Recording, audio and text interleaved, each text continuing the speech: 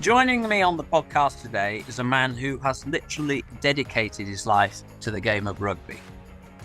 A proud Lancastrian, not words that come out of the mouth of a Yorkshireman that easily.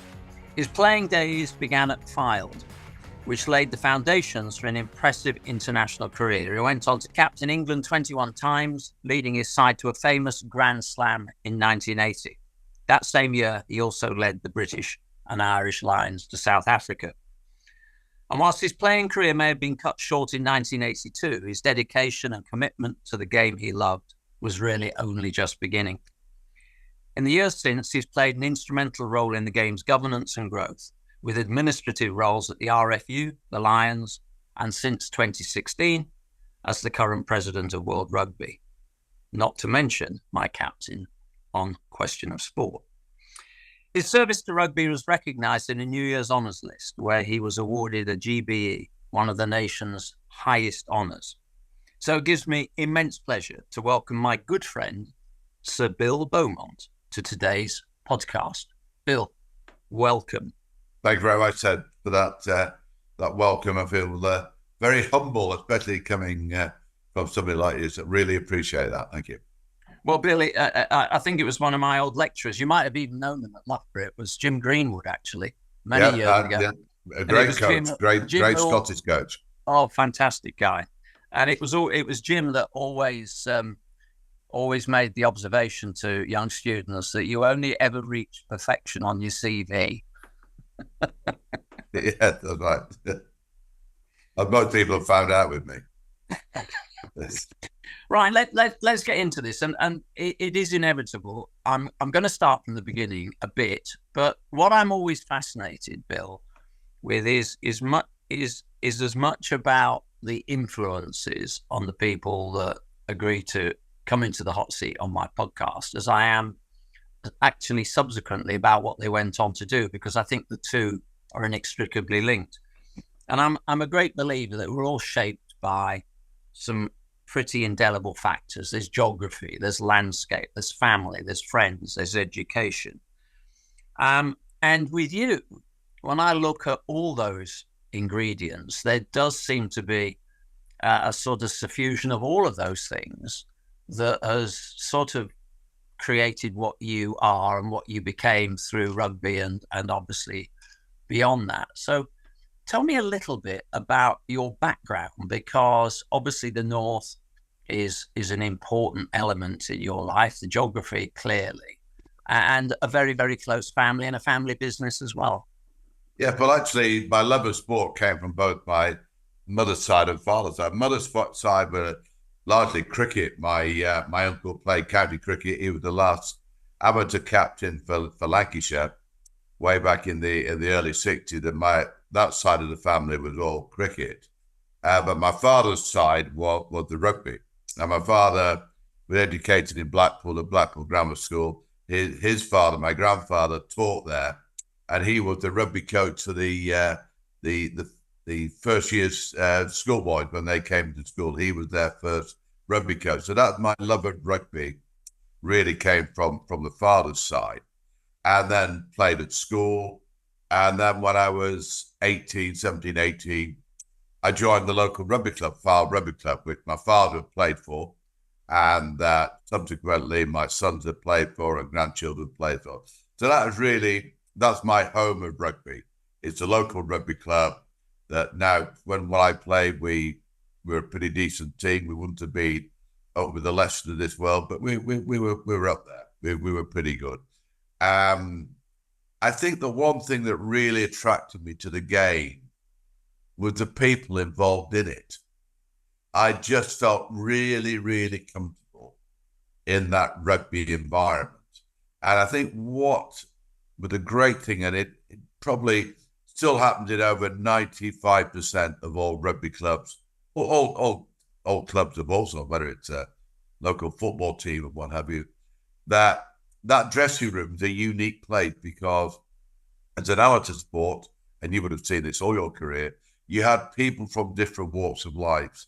You would have a doctor, you'd have a policeman, you'd have a lawyer, you'd have you name it, every part of society represented in dressing room. And it didn't make any difference whatsoever, your background. You were actually judged on how you performed on the field, how you reacted with your teammates, and actually were you a decent guy. And to me, I loved that dressing room, that camaraderie, that sort of Mickey take humor that you have in a dressing room. And I think that was the thing that really attracted me, that I was brought up sort of with quite a strong mother. I think my mother, you'd say she was a strong person. In a way, this was a rugby. I could escape. I could escape from the family. I worked in a family business, and it's the one place where I could really escape on my own. And that was the rugby club. Once you started playing the first team and you started playing against international, it's only then that you realise that actually, you're not brilliant at it, but you're actually not a bad player. You could actually, and then I was lucky enough to play with some really good players. And I don't know what it's like in athletics, but I learned more from playing with good players, training with good players, looking how they prepared themselves for a match. And I was able to just pick up on their habits. Well, yeah, I was just smiling at one of your observations about the dressing room and, the bricklayers and the policemen and the lawyers. I always remember, as an improbably young age, I managed to win a Yorkshire Sea track title. Yeah. And it wasn't the most popular win of the day, because there was a very popular Yorkshire athlete, Walter Wilkinson. He actually held the British mile record for a time. Yes. And, I sneaked up on the line, and we went a few weeks later. We ran in what was the old inter-counties at Crystal Palace. And he worked on the railways. Yeah. And I got off the train at, it must have been St Pancras. Yeah. And I saw him on the platform, and I thought, well, I walked over to him and I said, well, oh, Walter, if I'd known you were on the train, I would have sat with you. And he said, on the train, you dozy bastard, I drove you down.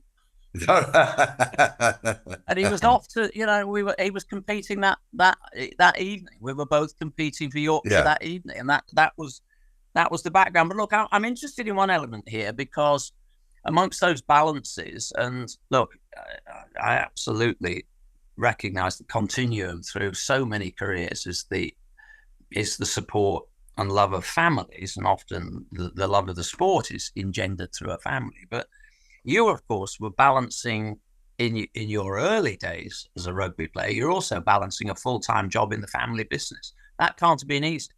No, it wasn't. I was helped in a way that we're a sporting family, and that they wanted a pound of flesh out of me, certainly. And so you might have been playing in front of 75,000 Twickenham on a Saturday, travel home on a Sunday. Monday, you're in the business first thing Monday morning, and every player was the same. So everybody had a day job, and you'd all go to work on a Monday. And I think the one person who I really respected and loved was my father, because my father would take me to games, as dads do, and he'd watch the game, and he'd stand around in the corner of the clubhouse and probably have a couple of pints, and then I'd drive him home. Then we'd drive home. He was always supportive. Doesn't matter about being a good, bad, or indifferent game. He was always supportive. And he was never a father that always wanted to be in the forefront of saying, oh, my son's doing it, my son's doing that. He was always quite happy in the background. I've always respected my father for that. That sort of, and I know he obviously got great enjoyment and satisfaction out of watching me play. At what point did you think, right, I'm going to give this a serious go? Was there a particular match? Was there a particular moment? Was it just, or was it, as you're probably going to tell me, it's just incremental? You sort of just go through the grades, you do it at school, you join the club, and you sort of almost find yourself there. I think I remember joining the club. I got in the first team. We were playing a team called Moseley down at the Reading. Yeah. Good side. And they very good club. And they had a second row called Nigel Horton, who played for England. And somebody said to me, "You played against Nigel Horton today." So I was 20, I think, at the time. So what's great about that? I suddenly found out what was great about it 80 minutes later. But playing against somebody like that. But I was lucky that sort of I was a generation of really good players in the north of England. In the North, Lancashire, for instance, had a very good team with the likes of Fran Cotton, who was obviously a British Lion. We also had another Loughborough man, Steve Smith, who Also captain Loughborough he joined University. us later. Yes, so there's a few from Loughborough. Didn't he have a couple of England captain? He had a short stint as an England captain, didn't He he? was indeed, yeah, both Fran and Smithy. I see them around the place, still see them, still going strong. They go to the part of the Loughborough alumni, and I think they go to their reunions every now and then. They do indeed. Yeah, and the guy, really good pal of mine who unfortunately passed away. He was a big Loughborough man. A guy called John Crosdale, Yes. who Crusher. He taught at local school, played for Fyle, played for Lion. So I was lucky that I got into a county team that was successful, and selectors look at they pick players from successful teams, and in a way, you might have made some really good players who didn't play for successful teams. They've never really got the chance. And I think that's the thing about selection is actually being able to see a player playing in a bad team and know this guy can play. But I was lucky enough. So I then played for regional rugby, and you play against the touring teams. And eventually, at the age of 22, England appointed a new coach, a guy called John Burgess, who was the former Lancashire coach. There were an injury on a Friday morning before England played Dublin, and they called me in at the last minute, and that's where I made my debut. Never been to Ireland in my life. Never been to Lansdowne Road. Obviously, all of a sudden you're running out at Lansdowne Road, facing Willie John McBride, who'd just come back on having skipped the most successful Lions tour of all time in 1974, and there he was, facing me, or there I was facing him. You almost come to the game now with a unique perspective because you played in the amateur era. You sort of, with great evocation, you've sort of articulated that, but you've also governed the game in the professional era. I can't imagine that there are too many people that have seen such a juxtaposition over their whole careers. And I'm guessing your ability to do what you're doing now is in large part seen through the eyes of a player. And actually, I was banned from the game for 5 years for writing an autobiography, because the rules are so strict about amateurism. If you wrote an autobiography, even though you'd retired from playing and kept the proceeds, you were then banned. So I was banned for 5 years till they changed the rules and said that players who wrote books, and there's lots of players who wrote books at the end of their career, never ever played professionally, but then were professionalized. But it's all changed now. People tend to forget that happened. So I was then able to do my question of sport things and things like that. And I wasn't really involved in rugby at all for 5, 6 years. And that's why people say to me, did you ever want to be a coach? And the answer was, I was unable to be a coach because I was banned. So I then drifted, then sort of obviously did my BBC stuff, did some pieces. But then I was invited back as a ex-player onto the Rugby Football Union RFU committee. That's when my administrative career started. And I'd always been involved in the club, helped the club out, fundraising, things like that. I must have auctioned so many of my old jerseys off, helping them too. So the local club's always been really important. But you're quite right. I go to every meeting thinking I'm still a player. But when I look at the size of the players and the speed of the players, I'm delighted I'm not. Well, I'm going to come on to that in a few moments, but it always makes me smile because it was the same in athletics. The people that were the most vociferous adherents of the amateur rules were normally those people who never had to worry about where the next meal was coming from. They were always just sort of sitting there relatively comfortable and could afford those sorts of principles, but they could never see it from the point of view of a working class kid that was just trying to not make particularly huge sums of money, but just trying to survive, and trade at the same time.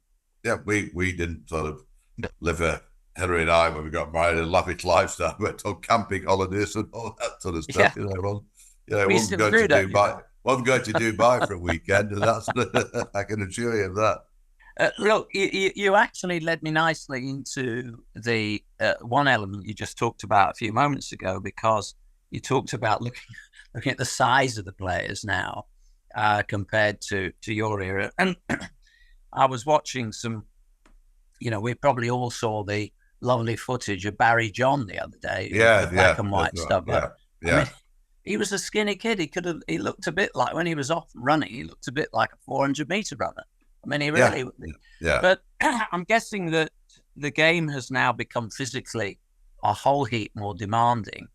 Are there elements of that? I mean, it's an interesting balance, isn't it? Because, there's no doubt in my mind that sort of New Zealand team from the late 70s, they suddenly appeared on the pitch looking like decathletes, and the world started to change then. But there is an element in the game that still rather rues the day, where there was just outrageous physical talent that wasn't necessarily honed in the gym.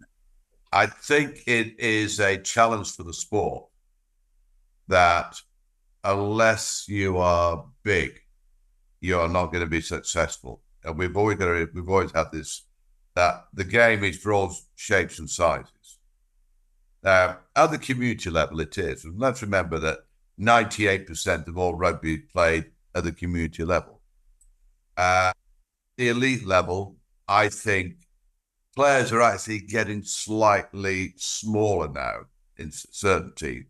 And I think one of the issues is that we've got to bring more athletes. Players are going to be more athletic, i.e. from a running point of view, because I think otherwise it will just become another form of American football in a way. And I think that is a challenge that the sport has, is that to ensure, number one, that the game is as safe as possible, B, that it is accessible and people can enjoy it. But at the top level, it is very much a physical game. And would there be a place for Barry John? There'd be a place for Barry John in any team. Would there be a place for Phil Bennett? Absolutely. Because they would be good enough. It's a bit like comparisons, sort of, would they be good enough to play in the modern era? They would adapt. And you see Barry John, sort of, the way how he used to just go through a defence. Phil Bennett was the other one. Phil Bennett was a sidestepper. But it's interesting, though, because in my modest researches before undertaking this podcast, England played 50 test matches in the 1970s. And your career, you won 34 caps for the national team. In the 2010s, by contrast, England played 100 test matches. And there are several players these days breaking the 100 cap barrier. That's not unusual. So is there too much rugby now? I would say there's too much rugby. I think you have to. Are there too many games that players play? I think that is really well monitored now. Well, okay, let me talk to that side. Is there too much pressure? Look, there's pressure whatever you do. As an amateur player, there's pressure. There's pressure if you are working on a production line and you don't meet your targets. There's pressure there. Whatever you do, there is pressure. The pressure if you can't pay the mortgage next week. That is a pressure. I think the pressure comes on individuals if you're not performing well, for start. If the team not performing well, the sort of pressure of playing in front of us like on England, the pressure to, having lost against Fiji in a warm-up game in August, do pretty well in the World Cup. But then your next home game, you're actually reminded that the last game that you played at Twickenham, you lost for the first time ever against Fiji. So that's in the back of your mind when the guys are playing. But I just think that players probably play less than they did. I think finances now of the game drive how many internationals are played, because when I played, if you played 20 times for England, that probably meant when I played that you probably played 5 seasons, but you only played 4 games normally. Yeah. About every fourth year, you might have played a visiting touring team. But on the whole, you only played 4 international matches a season. So if you had 20 caps, you were way up there as somebody who had 5 seasons playing international rugby. And the way that the selectors worked, that was a miracle. But this is interesting because, of course, longevity of career now is also in large part better training regimes, better nutrition, and I'm guessing the burgeoning technology around medical rehab and diagnostics. I mean, I remember from my old days, there were injuries that would keep you out for a season that have now, are being diagnosed now in sort of 30 seconds, and you're back, you're probably back training in a week's time.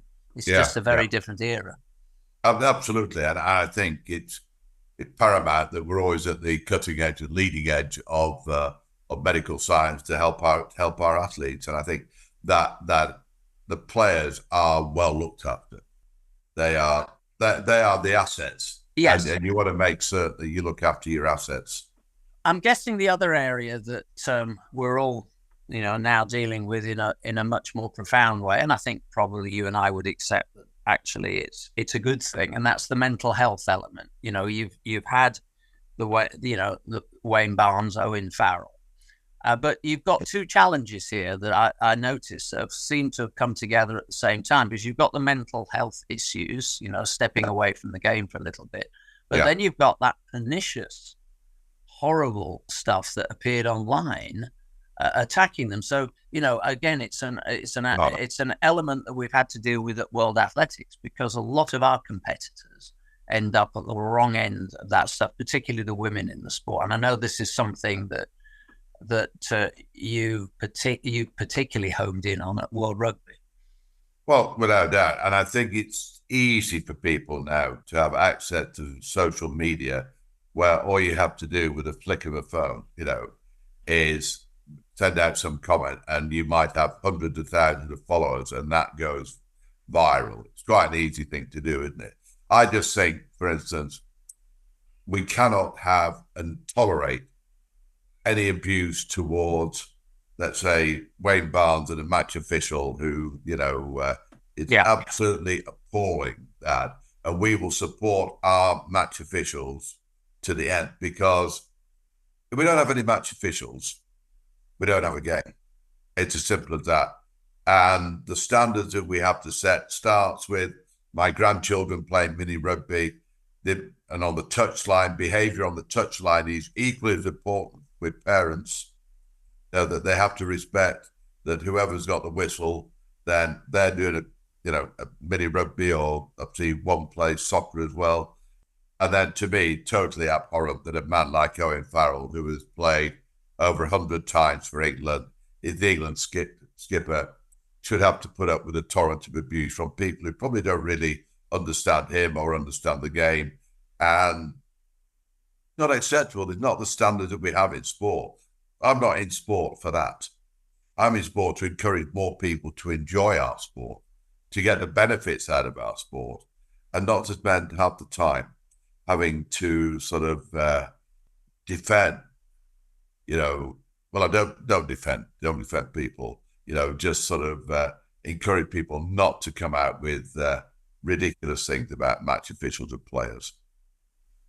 I'm going to jump back a bit now, because I don't want to, we've inevitably, and I want to go further into that area, we've inevitably gone into some of your governance roles, the RFU, the Lions, and obviously World Rugby.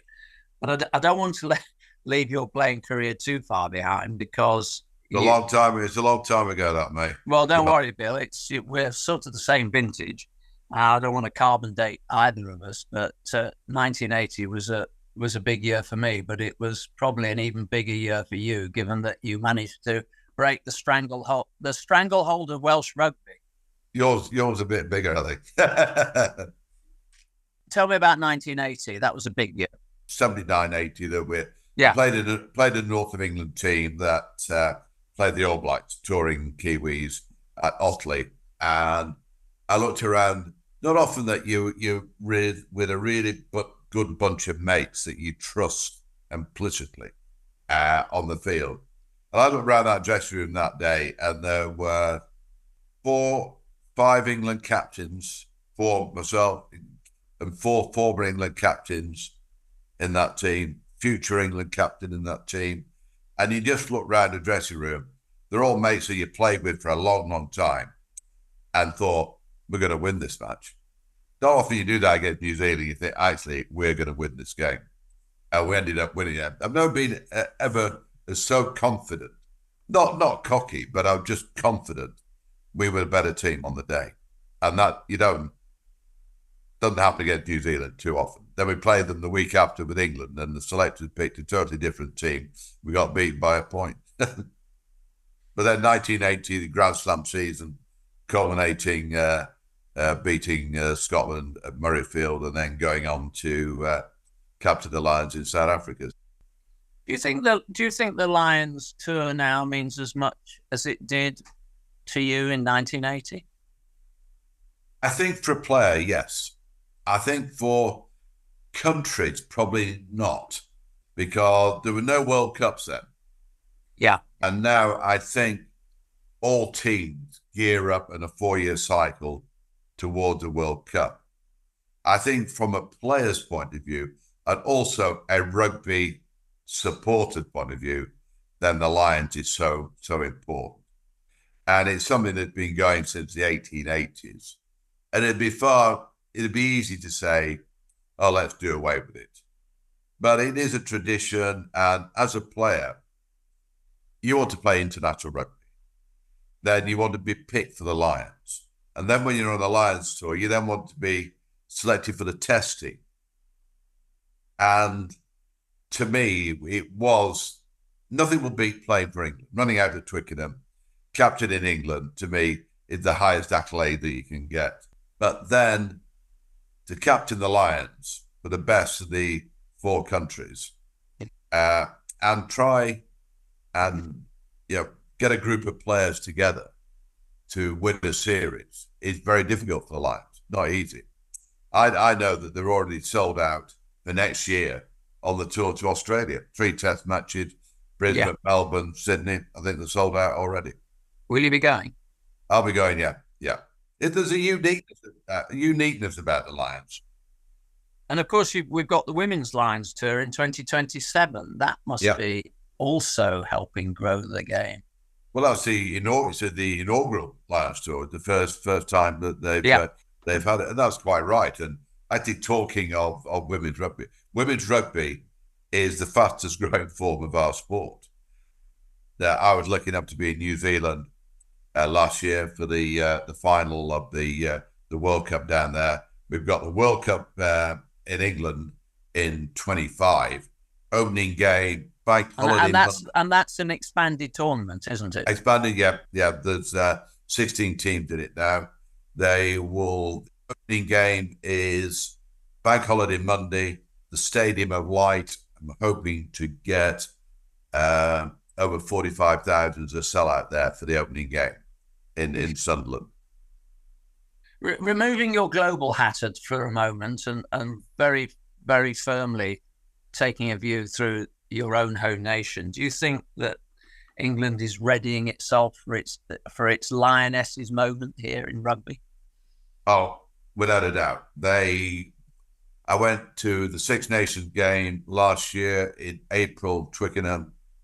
I think 52,000 people went to watch the game England-France.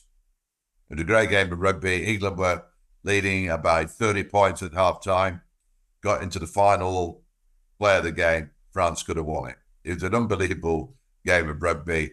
The cup final, the World Cup final against New Zealand went down to the last play of the game.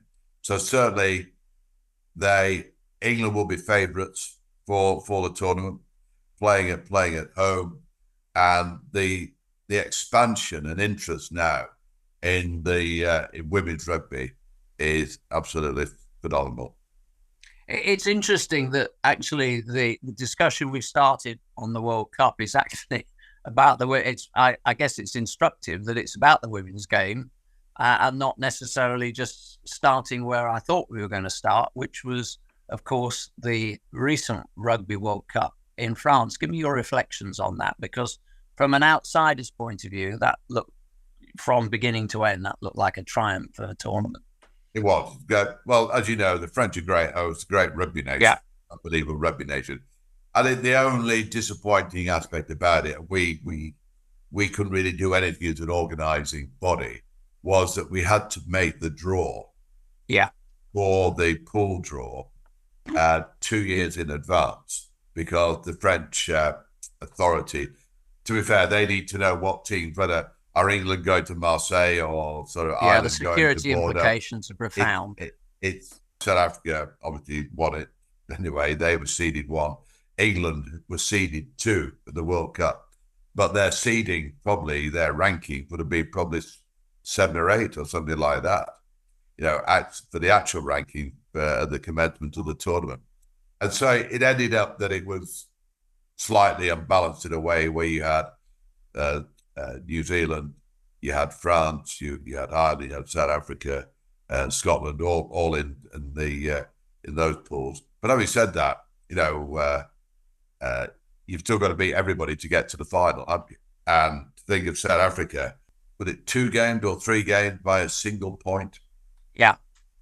Unbelievable. That sort of the semi-final, nobody would have given England a prayer of getting close to South Africa and then become within a whisker of winning it. France going out by a single point. And I think that was a disappointment in a way. Well, Hugo Monnier, he said the French then switched on the rain. He said there'd been no rain at all till the French went down. But it was, coming back to it, it's an unbelievable game of rugby. The final was an incredible game. Semi-finals, quarterfinals, all great games of rugby. Huge advert for the game. And I think it takes the game on. Now we're going to Australia in 27. And look, rugby in Australia needs something like a World Cup. It needs a Lions tour to really help them to reinvigorate the game down there, because they've been on the rough end a couple of years, both play-wise and commercially. So this will really give them a kickstart. Because it's interesting, you look at the sport and think, well, we have established countries and we want to grow the game globally. Of course we do. And I look at huge areas where there are potential, and we would be investing in the USA, huge sort of market. Africa, for instance, what a huge amount of talent that there is in Africa that is currently untapped. Different forms of the game maybe for Asia. Yet we can't afford established nations who've been successful to drop off the perch either. We can't. Look, you're talking to somebody who's, the powerhouse now of our sport is Africa. 35, 40 years ago, you had individual excellence, but you've now got nations that are like Kenya, Uganda, Botswana. They're the powerhouses of our sport, and that's the way it's developed. I'm going to take you back to the Rugby World Cup in France last year, because actually I know where you're going. My favorite moment. Now I'm going to choose my words carefully. I don't want to sort of stir up a diplomatic moment, but my favorite moment was your Usain Bolt sprint from the tunnel to the podium to hand out the medals, getting there way in advance of the French president. That will always. I never saw you, Bill, as a sprinter, but hey, times change. But give me your favourite moment of the tournament. Well, my most nervous moment was the opening ceremony when I walked out onto the with the French president Macron, and there were probably 70,000 people singing the Marseillaise and booing, and I thought. So I went to the podium, and I thought, not the opening paragraph of an obviously happy ending, is it? I thought, what do I do here? So I thought, just wait before I start. So that was obviously a highlight, a nervous sort of highlight.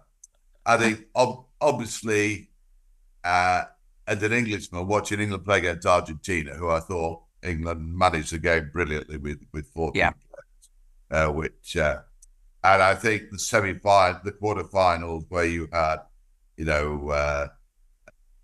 four great teams playing, sort of France, Ireland, South Africa, and New Zealand.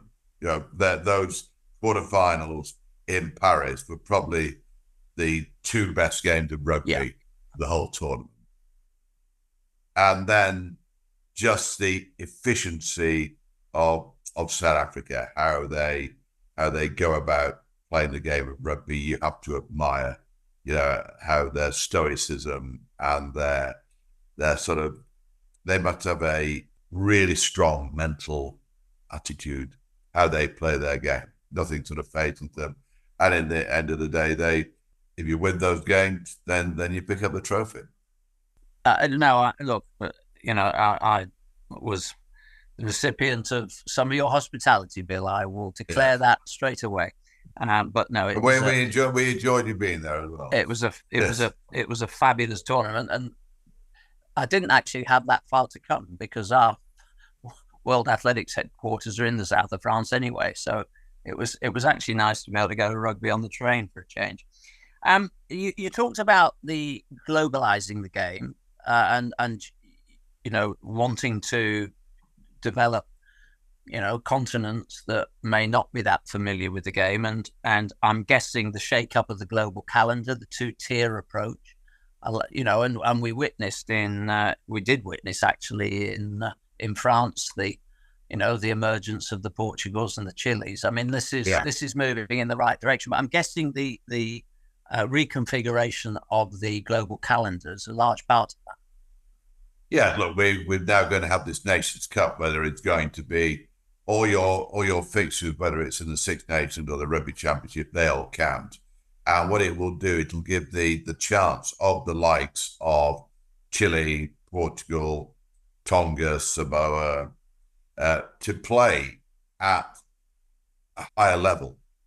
And I think it's important that as a world body is that the game will only grow if you invest in facilities, if you invest in coaching.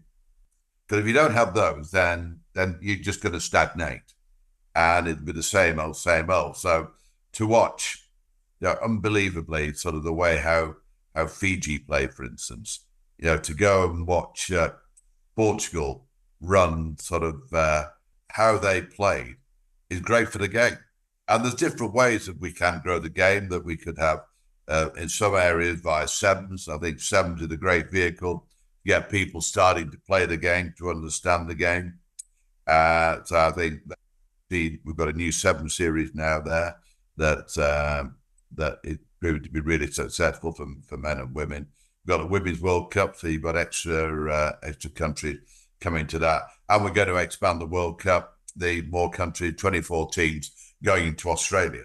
So there's 4 more teams going to into a World Cup. So I think we are doing our level best. It's never good enough. It's never quick enough, never fast enough. We don't have enough money to do it. But so I think USA, South America, for instance, if you look now where Uruguay have established themselves as a major playing country, you've got obviously Chile that were really successful in the World Cup, and then really sort of try and develop Brazil, which is a huge sort of sporting nation. to I, encourage. I know it's not specifically your challenge, but I'm interested in your thoughts about this because you talked lovingly, if I may say so, about the importance of grassroots, the impact that it's had on your career and everything that you've gone on to do. Um, what does the game need to do though to maintain its financial stability? Because you've only got to open a newspaper or any platform of late. You've got several Premiership rugby clubs, Wasps, Worcester, and London Irish, Yeah, have really struggled financially. And I guess, it's this is slightly at variance with the way the game is growing and just the conversation we've just had about trying to take it into emerging nations. But, even in our own, what would normally be viewed as a well-heeled backyard, there are yeah, challenges. absolutely. Our own backyard, I'd say three Premiership teams went to the wall, unfortunately, and you feel for all the players there, the all the backup staff that were made redundant. I think if we look at it, certainly at the moment, that World Rugby has only one source of funding, and that is every 4 years a World Cup. And normally that funds the whole game, all the development programs in a 4 year cycle. So basically, World Rugby distributes that to everybody. We don't hang on to it. We don't build ourselves new offices and things like that. And the chairman doesn't have a private jet, anything like that. He goes to Edinburgh yesterday and gets a train ticket for 22 quid, so old habits die hard. And I just think that we are now looking at different business models, how we can take more control over our income, over our broadcast, so that we can actually generate more funds. So with those funds, to then invest them in areas that we will get a return on. You look at the USA market, for instance, currently untouched really within rugby. We know it's a very, very difficult market to break into. There's you only have to look at the Super Bowl, for instance, the size of that American broadcast market. It's not going to be easy for rugby, but we feel that there is a huge opportunity in rugby in the US. What we have to do is make certain when we go in 31 that we have a competitive home team from the USA, hopefully Canada as well, so those teams are successful. And that will be the catalyst, a real catalyst that will kick the sport on. So we are investing heavily with our American partners to grow the game there, and also not ignoring South America as well, which is another growth area, and also the possibilities of Asia. Well, I'm looking forward to the appearance of Taylor Swift at the filed annual awards dinner, Bill. Absolutely, yeah. Well, I know she's cute. Her agent's been in touch already. We're back in Paris, of course, in a few months' time because we've got an Yeah, Olympic Games there. yeah. Track and field, obviously, in the same stadium that you hosted us all in. I guess rugby sevens now very much a part of the Olympic landscape and part of that global development. Absolutely, very much an integral part of that development. For some countries, it won't necessarily be a priority seven, so they will obviously still prioritise 15s. But for many, many countries, that this is a way that they can actually, as unions and federations, that they can access more funding from their domestic Olympic organisation. And we actually start off 2 days before the opening ceremony. So we start off with the men's competition on the Wednesday and the Thursday, opening ceremony on the Friday, final of the men's on the Saturday, and then the women's on Sunday, Monday, Tuesday. So we're finished in the tournament on the Tuesday evening, and I think we'll be the first gold medal on the Saturday, the first team gold medal, which will be rugby. Well, I'm delighted you finished that early, Bill, because you can then come to the stadium and watch the number one Olympic sport for a few days with me. I will look forward to that. I will look forward to that indeed. I cannot leave this conversation, as you know where I'm going to go now. I cannot leave this conversation without reference to Question of Sport, because Yeah, I had a number of appearances on Question of many. Sport. I think on a couple of those occasions you were my captain. And look, I think you've already alluded to it. It was a large part of your life, which is just as well, given that you've now told everybody that you were banned. But the Yes. Question of Sport was sort of kept you off the streets. But I'll never forget the episode with you, Emlyn, and of course the Princess Royal. I watched it the other day, just in preparation of this. I have to tell you, Bill, it was a joy to watch. Georgia, she was unbelievable. I think she's a wonderful person, loves sport, absolutely, and really entered into the spirit of it. Because if you look back, whenever it was, in 85, something like that, 86, then you rarely saw the royal family outside public appearances. Yeah. And so it was a real coup for questions for David Coleman and the team there to get Her Royal Highness on it. And she entered into the spirit of the game. And I tell the story that sort of I realised we weren't going to win it because we started off on the picture board and the first 6 pictures were of horses. So I thought, we're not going to win this one here. But coming back to Question Sport, what it did give me, as somebody who retired at 29, it enabled me in a funny sort of way to still compete competitively with superstars of of all sports, like yourself, because it's a great thing to be invited to get. I remember I was invited to get to Question Sport.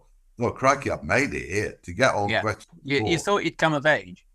Absolutely, yes, and to get that phone call, and then David Coleman, who you would have worked with for many, many years, was unbelievable. His knowledge of sport, his enthusiasm, and his humour, were.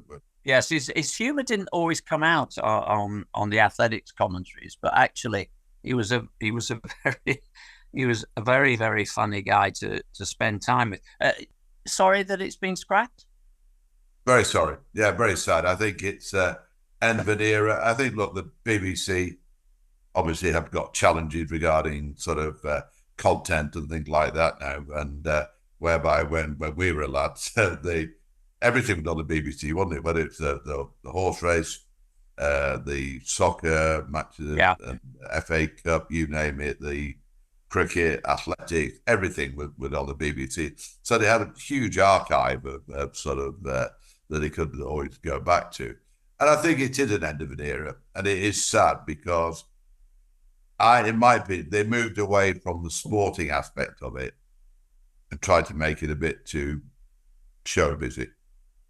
Could they have done more to resurrect it? I think so. Yeah, I do. And it's sad to see it go, and hopefully it will come back.